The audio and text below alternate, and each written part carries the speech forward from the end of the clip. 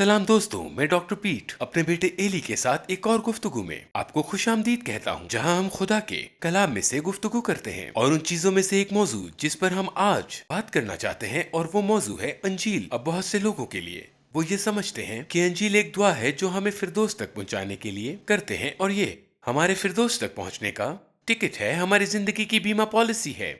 मगर ये इससे कहीं ज्यादा है। दर हकीकत मुझे गलतियों की किताब याद आती है। गलतियों पहले बाब की 6 आयत में पौलुस रसूल बात कर रहा है और वो कहता है कि मैं ताज्जुब करता हूँ कि जिसने तुम्हें मसीह के फजल से बुलाया, उससे तुम इस कदर जल्द फिर कर किसी और तरह की खुशखबरी की तरफ माइल होने लगे। एक और वर्जन कहता है, आपने अंजील को बिगाड़ दिया है, आपने इसे इसके असल मकसद से हटा दिया है। तो आज मैं बात करना चाहता हूँ कि अंजील का असल मकसद क्या है, हमारी जिंदगी का क्यों क्या है। मेरे दोस्तों, ये महज फिरदौस पहुंचने के लिए दुआ मांगने से कहीं ज्यादा है। ये एक बदली हुई जिंदगी की ताकत है। यही वो चीज है जो यीशु करने आया था, आपको आपकी खुदी से आजाद करना। ठीक है, आपकी जिंदगी से मौत की सजा को हटाना। तो आपकी जरूरत यह है कि आप अपनी जिंदगी को यीशु के लिए वक्फ कर दें। ये एक रिश्ता है, ये महज कोई ऐसी चीज नहीं है जो मैंने जवानी में एक बार की है और फिर कभी इसके बारे में नहीं सोचा। ये खुदा के साथ रोजाना की राह चलना है, रोजाना की शराकत, जिंदा खुदा के साथ चलना। बहुत से लोग अब भी इसी ज़हनियत में फंसे हुए हैं कि वो कौन थे, और वो अब भी इसी बात पर फंसे हुए हैं और वो नहीं जानते कि यीशु ने उनके लिए क्या किया। मेरा कहने का मतलब यह है कि वो अब भी उसी पुरानी जिंदगी में चल रहे हैं। वो अब भी अपनी जिंदगी पर मौत की सजा के मुताबिक चल रहे हैं। वो उसके मुताबिक नहीं चल रहे हैं जो यीशु ने उनके लिए किया है, ना ही इस आजादी के मुताबिक जो यीशु ने उनको दी है, और वो अब भी उसी पुरानी जिंदगी में चल रहे हैं। तो कोई कैसे इस पर यकीन करता है? मैं जानता हूँ कि मैं इस किताब यानी अंजील मुकद्दस को पढ़ सकता हूँ और इसे शुरू से आखिर तक ज़हनशीन कर सकता हूँ, लेकिन मेरे ऐसा करने से इसका मतलब ये नहीं कि मैं वाकई इसे जानता हूँ या वाकई इसे समझता हूँ। महज खुदा के कलाम के उसूलों को लागू करने से यीशु हमारी सिर्फ जरूरतें पूरी करने वाला नहीं है, वो वहाँ मौजूद है ताकि हमें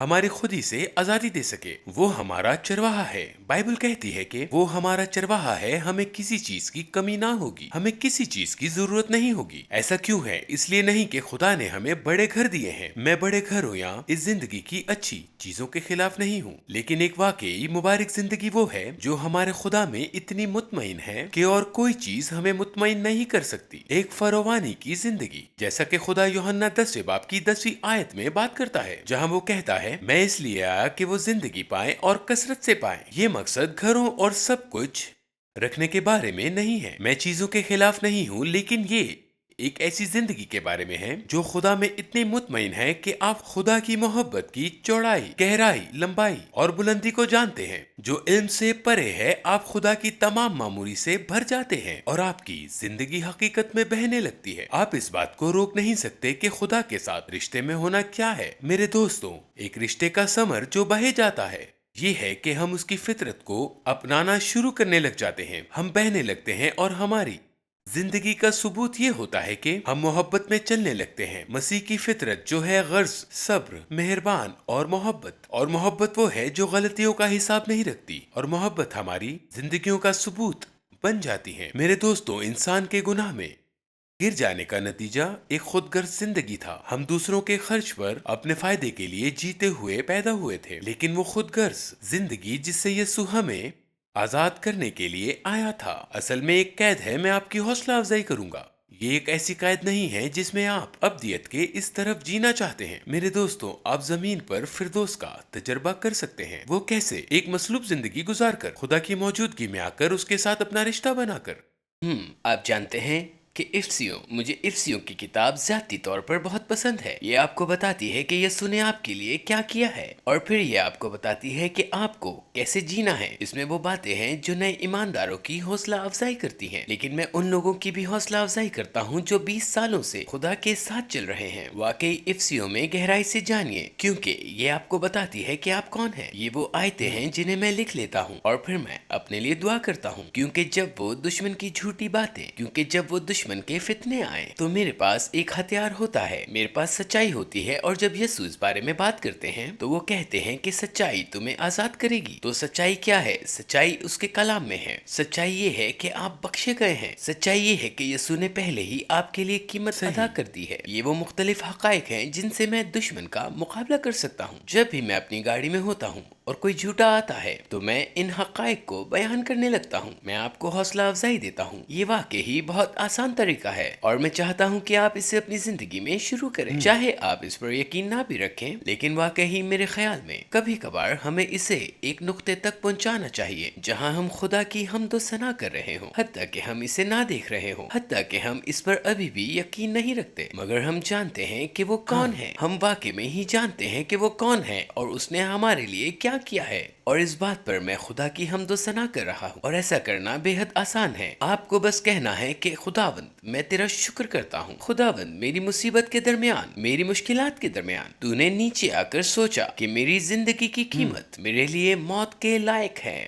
تو آیا اور اپنی زندگی قربان کر دی اور میری زندگی سے موت کی سزا ہٹا دی تاکہ میں تیرے ساتھ ابدیت گزار سکوں۔ یہ بہت آسان طریقہ ہے۔ صحیح، مسیح میں آپ اپنی زندگی کو اندر سے بیان کر سکتے ہیں۔ بائبل کہتی ہے اس لیے اگر کوئی مسیح میں ہے تو وہ نیا مخلوق ہے، پرانی چیزیں جاتی رہیں، دیکھو وہ نئی ہو گئی۔ ہم آسمان فردوس کے شہری ہیں، ایک مختلف حقیقت کے مطابق زندگی گزار رہے ہیں۔ ہماری زندگی کی حقیقت خدا کا کلمہ آسمانی حقائق ہے، خدا کے وعدے اور ہمارے وجود کی حقیقت ہے۔ اب جب مسیح آ چکا ہے تو آپ جانتے ہیں کہ آپ کو معافی ملی ہے۔ بائبل کہتی ہے کہ ہم خدا کی نظر میں بے گناہ ہیں، ہم بس اب گنہگار نہیں ہیں۔ حقیقت میں بائبل کہتی ہے کہ ہم اب مزید گنہگار نہیں ہیں، ہم مسیح یسوع میں خدا کے راست باز ہیں۔ جب ہم خدا کے مطابق زندگی گزارتے ہیں، جس طرح خدا ہمیں دیکھتا ہے، جس طرح یسوع ہمیں دیکھتا ہے، جس طرح روح القدس ہمیں دیکھتا ہے، جس طرح ہمارا آسمانی باپ ہمیں دیکھتا ہے، تب ہم یقین کرنا شروع کرتے ہیں جو بائبل ہمارے بارے میں کہتی ہے اور جو خدا ہمارے بارے میں کہتا ہے۔ میری کہانی وہ نہیں ہے جو میں نے اس زندگی میں گزاری ہے، یہ وہ بری چیزیں نہیں ہیں جو میرے ساتھ ہوئی ہیں۔ میری کہانی یہ ہے کہ یسوع مسیح نے میرے لیے کیا کیا ہے۔ یہ میری کہانی ہے، یہ میرا گیت ہے۔ سارا دن میں نجات دہندہ کی تعریف کرتا ہوں زمین پر، فردوس کی حقیقتوں کے مطابق جیتے ہوئے، ہر روز خدا کے ساتھ اپنے تعلق سے لطف اندوز ہوتے ہوئے، جاگتے ہوئے، یہ جانتے ہوئے کہ میں خدا کا فرزند ہوں، میں معاف کیا گیا ہوں، حتیٰ کہ اگر مجھے محسوس نہ بھی ہو کہ مجھے معاف کیا گیا ہے، میں جانتا ہوں۔ یہ ایک ایسی چیز ہے جس کے ساتھ میں سمجھتا ہوں کہ ہم سب نے بہت طویل عرصے تک جد و جہد کی ہے، یہ خدا کے ساتھ تعلق بنایا ہے۔ کیا وہ کوئی ایسی شخصیت ہے جو صرف آسمان میں کہیں ہے جس سے میں بلا ناغہ دعا کرتا ہوں اور مجھے ایسا کچھ محسوس نہیں ہوتا کہ مجھے کچھ سنائی دے رہا ہو؟ یہ بات مجھے یاد دلاتی ہے کہ جب یسوع کنویں پر عورت کے ساتھ بات کر رہے تھے، یسوع نے اس سے کہا، اے عورت، میری بات کا یقین کر کہ وہ وقت آتا ہے کہ تم نہ تو اس پہاڑ پر باپ کی پرستش کرو گے اور نہ یروشلم میں ہم جسے نہیں جانتے اس کی پرستش کرتے ہو۔ افسیوں 3 باب اس کی 12ویں آیت میں یہ بات کی گئی ہے کہ مسیح کی وجہ سے اور اس پر ہمارے ایمان کی وجہ سے ہم اب دلیری اور اعتماد کے ساتھ خدا کی حضوری میں آ سکتے ہیں، اور یہ اب ہم سب کے لیے ممکن ہے۔ یہ کتنی بڑی دلیری ہے کہ ہمیں خدا کی حضوری میں دلیری سے آنے کا موقع ملا ہے، اور یہ سب یسوع کے کیے گئے کام کے ذریعہ سے ہے۔ میں آپ سے کہتا ہوں کہ بس یسوع کے پاس آئیں۔ کبھی کبھی ہم دنیا کی چیزوں میں زیادہ توجہ دے سکتے ہیں، کبھی کبھی ہم کشتی میں پترس کی طرح ہو سکتے ہیں، پانی پر توجہ دیتے ہوئے جب ہم اپنی نظریں یسوع پر سے ہٹا لیتے ہیں تو ہم ڈوب جاتے ہیں، لیکن اگر ہم اپنی نظریں اس پر رکھیں اور اس کے کیے گئے کاموں پر توجہ دیں، میں آپ سے وعدہ کرتا ہوں کہ چیزیں بدل جائیں گی۔ میں آپ سے یہ نہیں کہہ رہا کہ حالات یا مشکلات ختم ہو جائیں گی، لیکن جو بدلے گا وہ آپ کا دل ہوگا، جو بدلے گا وہ آپ کا نقطۂ نظر ہوگا۔ آپ آسمان یعنی فردوس کے لیے نقطۂ نظر سے جینا شروع کریں گے، وہ ہم پر حاکم ہوگا۔ ہمیں واقعی اس میں قائم رہنا ہے، ورنہ ہم دنیا میں پھنسے رہیں گے۔ یہ ایک بہت اچھا پیغام ہے۔ جب زندگی نے آپ کو گھیر لیا ہو، جب ایسا لگتا ہو کہ آپ اس زندگی کی حقیقتوں اور خیالات میں ڈوب رہے ہیں، میں آپ کو یسوع کی طرف بھاگنے کی تاکین کرتا ہوں۔ فضل کے تخت کے سامنے دلیری سے آئیں تاکہ ضروریات کے وقت فضل اور رحم حاصل کریں۔ یہی چیز ہمیں پوری بائبل میں سننے کو ملتی ہے۔ عبرانیوں میں اس بارے میں مصنف بات کرتا ہے، ایلی نے ابھی ذکر کیا، اور پولس رسول افسیوں میں اس کے بارے میں بات کرتا ہے۔ وہ کہتا ہے، یسوع کی طرف بھاگیں، یسوع کو گلے لگائیں، سر تسلیم خم ہوں اور کہیں، یسوع میں اپنا آپ تجھے دیتا ہوں اور تیرے پاس آتا ہوں، اور دیکھیں کہ خدا آپ کی زندگی میں کیا کام کرتا ہے۔ دوستو، یہ ہمارے لیے سب سے بڑی عزت کی بات ہے کہ آپ خدا کے ساتھ شراکت داری میں ہیں، کیونکہ اب ہم بحیثیت خدا کے فرزند ہیں اور حقیقی طور پر سب سے بہترین زندگی گزار رہے ہیں۔ آج کی بات چیت میں ہمارے ساتھ شامل ہونے کے لیے آپ کا شکریہ۔ پھر ملیں گے، خدا حافظ۔